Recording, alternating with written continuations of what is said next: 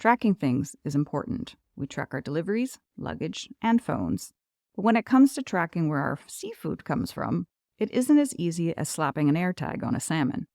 And tracking that seafood is vital, not only for economies, but human rights and environmental health.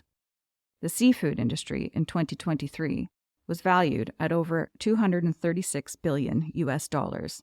So the economic impact of large theft can devastate a developing country, not only to the income of the seafood exports, but also those who rely on the ocean for food, such as the people of Argentina. According to a 2021 study from the Financial Transparan-sea Coalition, a company dedicated to transparency in financial and tax systems, Argentina's waters are plagued with illegal operators. An estimated 500 vessels are illegally fishing in its waters, and Argentina doesn't have the resources to police it. Illegal actions might be vessels operating in sovereign territorial waters without permission, or a vessel that is legally flying that state's flag, but not operating within its laws.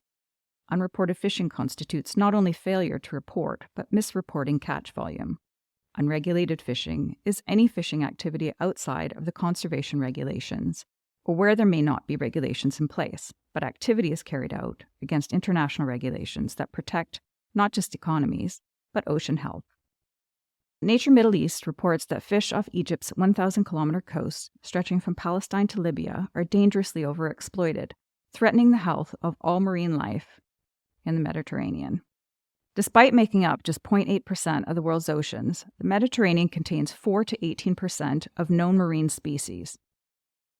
Miriam Khafala, who led the study for the Sea Around Us initiative at the Canadian University of British Columbia and the Arab Academy for Science, Technology, and Maritime Transport in Egypt, recommends urgent action to better regulate and monitor fishing activity.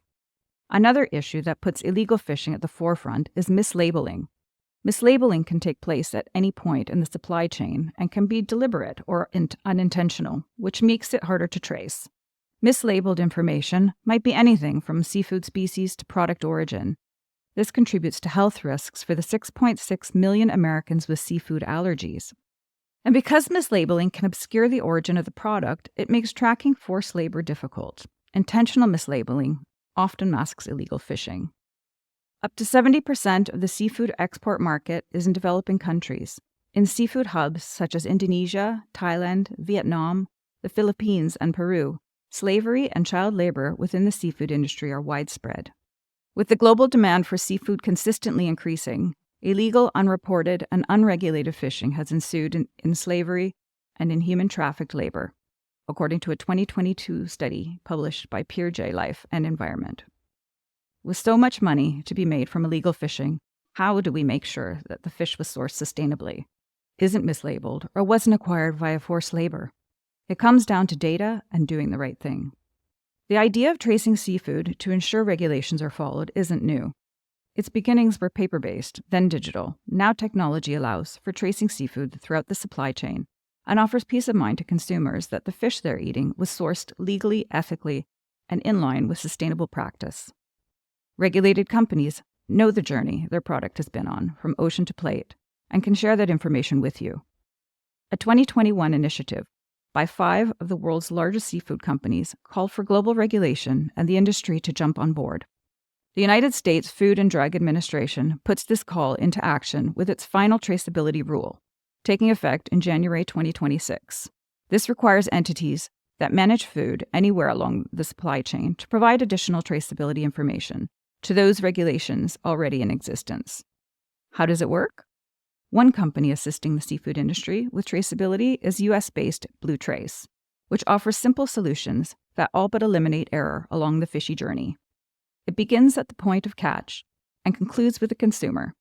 In between, our fish might encounter primary and secondary processors, traders, wholesalers, dealers, distributors, and transporters.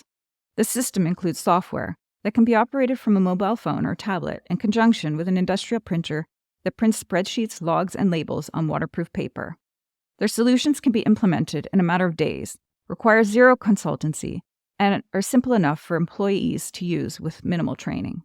Labels and tags are equipped with QR codes that receivers, dealers, and buyers can scan for details. Users can also request a PDF that can assist with harvest financial reporting documentation and can be sent on to the receiving end of a shipment to let customers know it's coming. Bonus, all data passed through the app is stored in the cloud. Chip Terry, CEO of Blue Trace, says, "Our mission is to simplify the seafood industry. The seafood industry has been around forever, and it does a lot of things well, but they are drowning in redundant paperwork. The lack of visibility into their operations makes it hard for them to scale. 90% of the seafood industry is small to mid-sized businesses that simply lack reasonably priced tools to do their jobs effectively." Though the system was designed for shellfish dealers, Blue Trace's over 470 clients use the software to track inventory of species, including swordfish, seaweed, groundfish, imported tuna, shrimp, and many more. The end of the complicated fish journey might be the salmon en croûte you just ordered on your date night. So the next time you order fish, have a look on the table or menu. The story of your dinner might serve as a great conversation starter.